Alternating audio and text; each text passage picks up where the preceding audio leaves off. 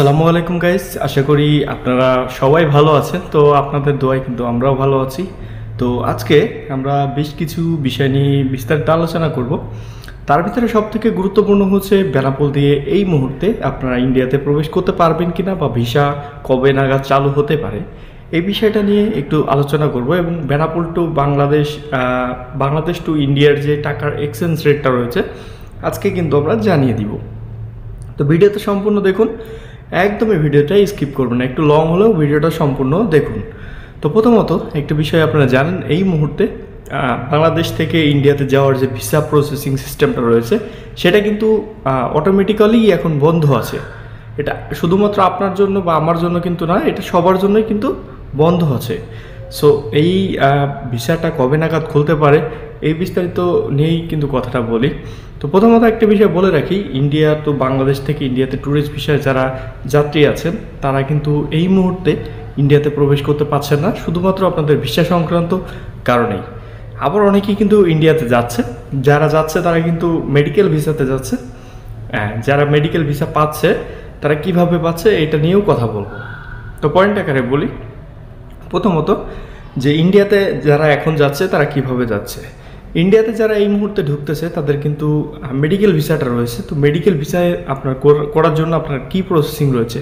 হ্যাঁ, মেডিকেল ভিসায় কিন্তু বেশ কিছু আপগ্রেডেশন এনেছে।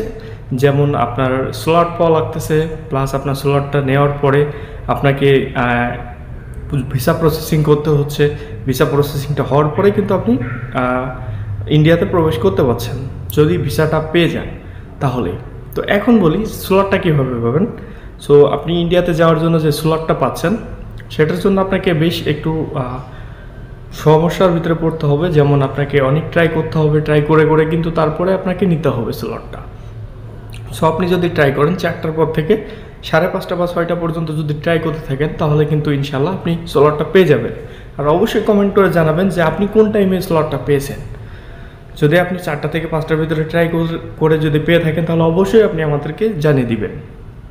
তো তারপরে আসি ট্যুরিস্ট ভিসার বিষয়টা। তো ট্যুরিস্ট ভিসায় আপনি কিভাবে যাবেন ইন্ডিয়াতে, অন্তত এই মুহূর্তে কিন্তু আপনি চাইলেও ট্যুরিস্ট ভিসাতে যেতে পারছেন না। অর্থাৎ আগে যারা ভিসাগুলো ছিল সবগুলো কিন্তু ক্লোজ হয়ে গেছে এই মুহূর্তে। সো নতুন করে এখন যেহেতু ভিসার প্রসেসিংয়ের কাজ চলছে না, সেহেতু কিন্তু আপনি চাইলেও ইন্ডিয়াতে প্রবেশ করতে পারছেন না। তো হ্যাঁ, ইন্ডিয়াতে প্রবেশ আপনি এখন করতে পারবেন না অন্তত ট্যুরিস্ট ভিসাতে। তো আমরা যতটুকু শুনতে পেরেছি যে ট্যুরিস্ট ভিসাটা হয়তো বা খুবই দ্রুতই চালু করে দেওয়া হবে ইনশাল্লাহ। সো আপনারা অবশ্যই একটু ধৈর্য ধরে অপেক্ষা করুন, তাহলে অবশ্যই ট্যুরিস্ট ভিসাটা পেতে পারেন। তো এখন আসুন যে আপনার ইমার্জেন্সিভাবে ইন্ডিয়াতে যেতে হবে। এখন আপনার ইন্ডিয়াতে পরিচিত কেউ আছে, আমি কিভাবে যাব ইন্ডিয়াতে? হ্যাঁ, আপনি যদি পরিচিত কেউ থাকে তাহলে অবশ্যই কিন্তু আপনি ইন্ডিয়াতে প্রবেশ করতে পারবেন। সেটা কিভাবে? এটা ইনভাইটেশন লেটারের কারণে।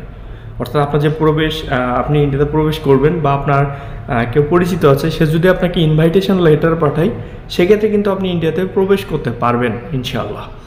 সো আপনার ইনভাইটেশন লেটার এবং তার যে আইসি আছে, আইসি ইনভাইটেশন লেটার নিয়ে আপনাকে অবশ্যই যে ভিসা পয়েন্ট রয়েছে সেখানে গিয়ে যোগাযোগ করতে হবে, তাহলে কিন্তু আপনি ইন্ডিয়াতে প্রবেশ করতে পারবেন। সো এই সিস্টেমে কিন্তু এখন যাচ্ছে অনেকে ইন্ডিয়াতে। তো এটাই কিন্তু সবথেকে গুরুত্বপূর্ণ নিউজ ছিল। সবাই ভালো থাকবেন, সুস্থ থাকবেন।